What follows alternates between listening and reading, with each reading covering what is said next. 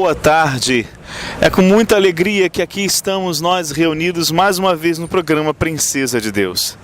E hoje, de maneira muito especial, eu, Dr. Carlos Fabrício, socorrista no Natal e Master Coach Integral Sistêmico, tenho a alegria de receber a minha amiga Zezé Luz, cantora, compositora, escritora e uma ativista pró-vida única nesse mundo, que Deus colocou para poder nos ajudar a cada vez mais salvarmos as vidas que vieram à luz nos ventres de suas mães, mas que por ignorância suas mães acabam optando por retirá-las. Hoje eu quero trazer até você, meu amigo, minha amiga, um testemunho que pode transformar o seu coração. Minha amiga Zezé Luz, tudo bem? Tudo bem, Dr. Carlos? Que alegria estar com você mais uma vez. Minha amiga, eu que lhe agradeço. Agradeço muito essa oportunidade que você está nos dando.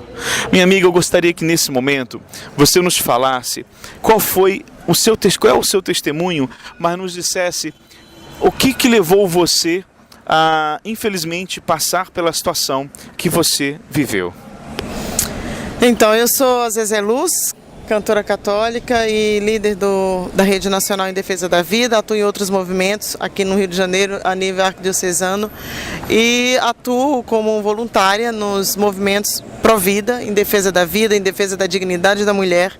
Mas antes de eu me tornar uma ativista, ou uma militante, ou uma voluntária nesse segmento, eu tive uma experiência muito cruel, muito traumática, que foi a vivência do aborto provocado, em virtude de uma violência sexual que eu sofri aos meus 19 anos.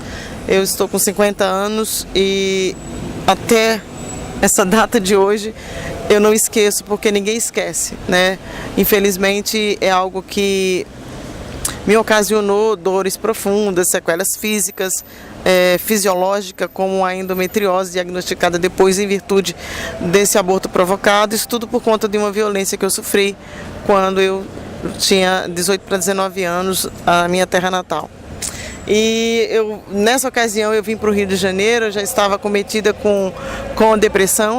A síndrome da depressão pós-aborto, ela pode os sintomas dessa síndrome, ela pode ser em seguida ao procedimento, ou ela acontece depois de 10, 20, 30, 40, 50 anos.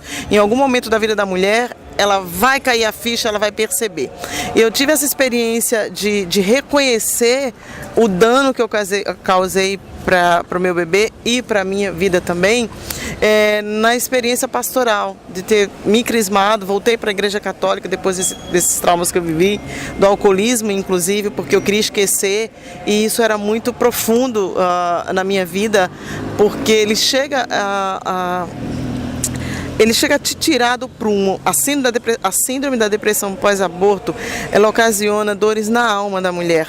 E aí eu me recordo, e falei recentemente para o Sempre Família, que quando eu tive que passar pela segunda cirurgia para extrair o endometrioma de parede abdominal, foi ocasionado pela perfuração do meu endométrio. Então, depois de 15 anos, o médico extraiu do meu abdômen restos de bebê, de feto, células vivas. Então, assim, foi algo que me impactou no sentido de que eu vim encontrar as respostas para as dores terríveis que eu sentia, para as cólicas que eu sentia, e eram cólicas assim, sabe, eram terríveis. E eu lembro que na ocasião em que me aconteceu essa violência do estupro, eu busquei, não na minha família, não com os meus pais, alguém que pudesse me acolher. Eu fugi, eu tive medo disso tudo. Apenas partilhei na época para minha irmã mais nova, que sempre foi minha parceira, é meu anjo, que é a Cida Aparecida. Ela sempre soube das minhas dores, das depressões, de tudo que eu passei. Ela tinha ciência disso. E depois que eu contei para minha mãe, a minha mãe sofreu muito. Isso hoje é algo que eu me arrependo profundamente. Primeiro porque se eu tivesse partilhado com a minha mãe, com a minha família, eles teriam me apoiado, eu não teria cometido aquilo que foi o maior equívoco, o maior erro da minha vida, que foi permitir que tirassem o meu bebê de dentro de mim. Eu estava com cerca de 2 meses e meio de gestação na ocasião, quando eu me descobri grávida, e foi quando eu fiz o aborto na minha cidade, lá em Campina Grande. Engraçado, procuro um fetinho, sempre anda comigo aqui, agora não está, que era para mostrar exatamente o tamanho aproximado do bebê quando ele foi retirado dentro de mim. Que aí os segmentos feministas dizem que é um amontoado de célula, que é um coágulo de sangue, e era exatamente desse tamanho aqui. Quando eu percebi, através do trabalho de pastoral, depois que eu me crismei, que foi quando eu conheci o Movimento em Defesa da Vida no Brasil, eu me deparei com um vídeo que chama-se Espécie, é um documentário Espécie, que ele fala exatamente, ele mostra para mim, e aquilo foi muito impactante, porque até então eu sofria todos os sintomas, mas eu não tinha reconhecido. Mas no momento que eu vi aquela imagem, naquele documentário, eu falei, meu Deus, o meu bebê tinha um corpinho formado, tinha perninha, tinha mãozinha, tinha um coração que batia. Só precisava desenvolver e ser protegido dentro de mim, e eu não fui capaz de proteger essa criança.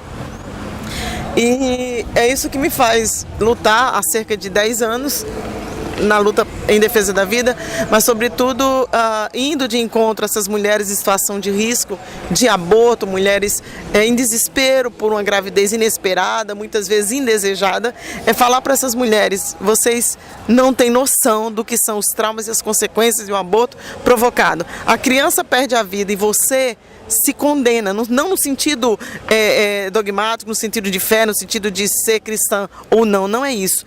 Mas a gente sobrepõe por cima de nós uma culpa absurda que ninguém tira de dentro de você, a não ser uma atuação em reparação, uma reconciliação sim com Deus, com o teu eu, com a tua dignidade. E eu precisei voltar, eu precisei recomeçar, eu precisei fazer um propósito com Deus, da vivência da castidade, de pedir que Ele me curasse, de que eu pudesse me levantar cada manhã e ir para as comunidades, para Morro, para favela, para outros estados do Brasil, salvar crianças em perigo de aborto. Uma coisa que você falou a respeito foi das feministas. E o que nós podemos observar é que hoje na sociedade as feministas têm muita influência na mídia. E uma das coisas que elas têm feito é pegar as mulheres e transformá-las em guerreiras ao invés de princesas. Infelizmente isso acaba entrando até mesmo dentro das igrejas. Nós aprendemos com a neurociência, pela plasticidade neural, que quando uma pessoa admite certos títulos, ela atrai para si as consequências desses títulos. Então, se a pessoa admite que ela é uma prostituta, ela vai atrair para si sinais, sintomas, desejos de prostituição. A mesma coisa acontece quando ela admite ser uma guerreira, ou um homem admite ser um guerreiro. Vai atrair lutas, guerras e conflitos. O que você teria a dizer hoje, minha amiga, a respeito disso, para as mulheres que infelizmente estão abolindo o título de princesas, achando que elas são submissas aos homens e assumindo o título de guerreiras? Eu penso, doutor Fabrício, que se as mulheres reconhecessem na sua essência ou buscasse a verdade daquilo que ela é, né, da dignidade que ela tem, né, dela ter nascido mulher, porque hoje se discute inclusive isso, né, de você decidir ser o que você quer, ou a questão da ideologia de gênero que fica mudando, tentando desconfigurar a mulher. Mas a mulher na sua essência, né, ela é feita, ela é criada para ser amada, para ser princesa, como o senhor falou. No sentido do que é guerrear? Acabamos de ter aqui um ato pacífico do nosso movimento da Rede Nacional em Defesa da Vida, em defesa da família, em defesa da infância, e abordamos também essa questão do ativismo, sobretudo hoje no STF, com pedidos de um partido político que é o PSOL, pelo direito da mulher ceifar a vida, pelo direito da mulher matar um ser indefeso, pelo direito da mulher destruir aquilo que é criatura de Deus, ou seja, ela decidir quem vive e quem morre, né?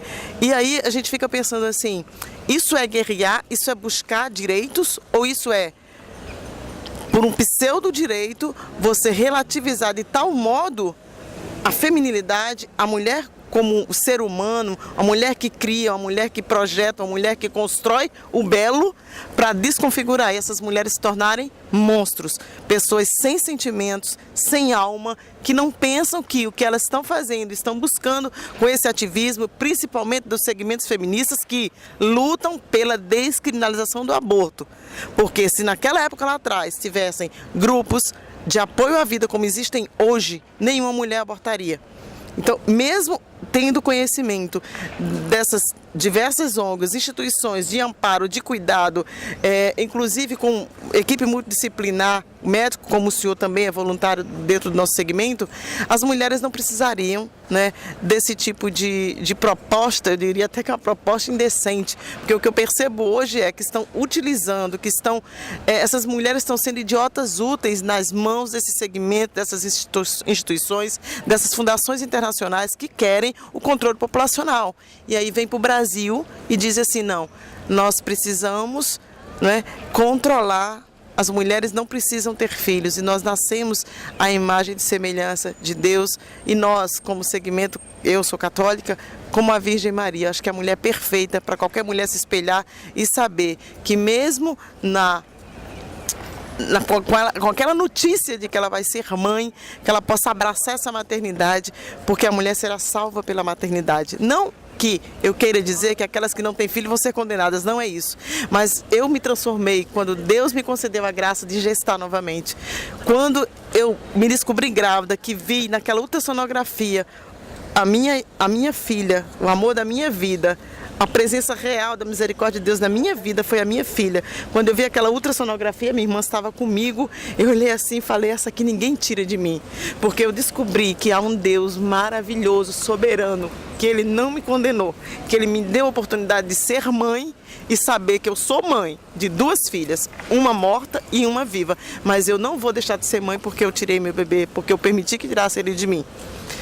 E falo aqui para as mulheres que hoje nos escutam, que estejam passando por essa indecisão. Você se relacionou, você está grávida e você diz assim, o momento não é esse. O momento não é agora, eu vou postergar, eu quero ser mãe depois, pode ser tarde.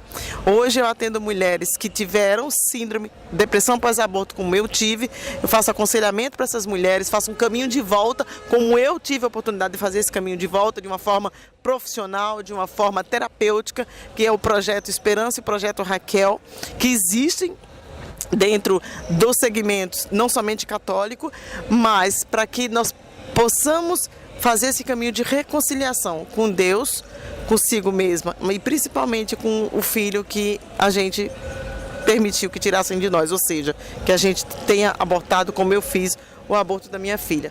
Então eu falo para as mulheres, não desistam da vida, tudo tem jeito, para Deus nada é impossível. Busque sempre um grupo de apoio. Se você está ouvindo esse depoimento hoje, você recordou do teu passado e essa ferida estava oculta e você está emocionada, você está chorando por essa dor na alma que você sofre. Quero dizer para você, mulher, volte à luz. Nós precisamos transformar, doutor Fabrício, essa realidade de morte, de escuridão, de treva em luz. Nós precisamos deixar florescer, nós precisamos deixar nascer. E saber que se você é amada por Deus ao extremo, você pode ser amor para o outro. Então busque ajuda, busque sua família, não faça como eu, que escondi, que sofri, que chorei, né? Com a pessoa que me violou, que me violentou, não aconteceu nada, né? Ele nem sabe que eu gestei um filho dele porque eu saí fugido da minha cidade. Mas eu sei o que eu passei e eu sei hoje de algo muito concreto na minha vida. Nada nem ninguém vai me tirar de um apostolado, de uma missão, que eu possa a cada dia estender a minha mão, abraçar essas crianças, receber essas fotos e essas mulheres dizendo assim, obrigada, porque você foi luz na minha vida. Hoje eu tenho a plena certeza de que eu sofri, eu passei por tudo isso para que eu pudesse me levantar hoje e não guerrear, né? Mas batalhar por essas crianças, saber que o futuro delas é aí, ó, essa natureza linda que você pode contemplar. E quando você tira a vida, você só morre um pouquinho de você e você fica realmente sem vislumbrar um futuro, sem vislumbrar um horizonte. Eu fico pensando assim, como que seria a minha vida hoje sem minha filha? Como seria a minha velhice sem eu ter uma referência? sabe? E valorizar também o matrimônio, que antes você falava assim, quando eu passei por essa violência, um dos sintomas que eu senti é família, marido, constituir família, pra quê? Eu queria liberdade, né? Então, eu percebo também muito isso, de mulheres que têm trauma de aborto, elas tentam, como eu vivi muito tempo, né, quase 20 anos, escondem para si, guarda lá dentro de você. E aí você vê os sintomas de depressão, de taxa de suicídio, como no Chile, de alcoolismo, como foi o meu caso, de prostituição, de dependência química, porque você não consegue. Você pode casar, você pode ter outros filhos, mas você não vai esquecer de que você passou por esse trauma. Então é isso, sair das trevas, ir à luz, ser vitoriosa em Deus, porque é o que nós somos, e chamados, todos nós somos chamados para isso. E a síndrome da depressão pós-aborto, ela não afeta somente a mulher, ela afeta a família inteira. Muito obrigado. E é isso, mulher, você que está agora nos vendo, eu quero lhe pedir, você não é guerreira, você é princesa, princesa com a sua simples sensibilidade, com a sua feminilidade, filha de Deus. E como uma princesa, você não é inferior a nós homens, mas foi colocada do nosso lado para nos ajudar a sermos felizes, como você também merece e deve ser feliz. Muito obrigado, minha amiga, pela sua atenção, obrigado pelo teu carinho e que realmente a graça do Senhor nos envolva, nos conduza, porque sem Ele nada nós somos. Obrigado e boa tarde.